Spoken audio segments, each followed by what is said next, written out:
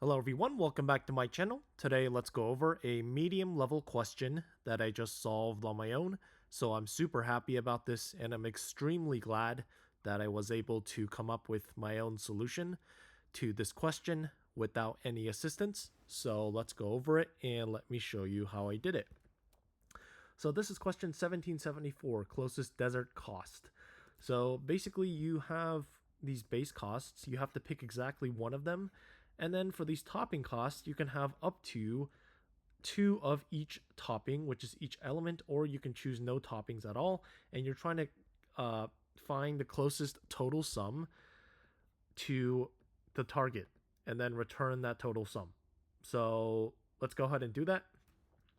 And so basically I just used the brute force approach to do this. So for B in base costs, because we have to pick at least one, and let's call this SL. Let's make this a set so we can keep track of the actual the differences between the total sum and then the sum itself. So again, the difference is just going to be the absolute difference because we're trying to find as close to target, which in this case is just B minus target, because this is the combination where we're only choosing B, and then we can add diff and also B, which is just the sum itself.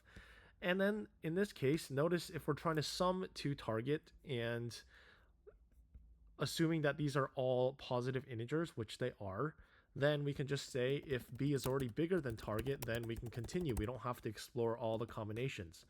And because we have at most 2, let's just say in the worst case, let's just duplicate the array twice. So times 2, so if topping cost is 3, 4, then options would just be 3, 4, 3, 4, right?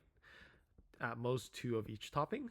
And then now we can just explore length of options plus 1, try all the combinations. So for CN combinations of options of size I, so the total is just going to be B plus sum of C, because again, we have to include that base cost.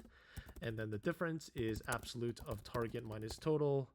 And then again, we are just going to add the difference and total. Okay, so that's the total sum. And then at the end, if we have SL, let's try to find the smallest difference. And okay, so the issue here is that we have to sort it. And to do that, we have to turn this back into a list. And then let's go ahead and sort SL by the difference and then by the total sum, because it says if there is a sum if there are multiple that are going to be the closest to target, then return the lowest one. So we're also sorting by this after this in terms of priority. And then we can just return SL0 of 1 because that is the sum itself, right? Okay, let's run this.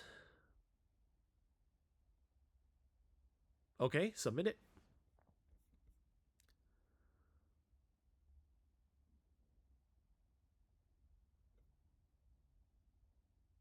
And there you go. Passes all test cases. So again, I'm super happy that I was able to come up with my own solution to this problem without any help and solve it completely on my own.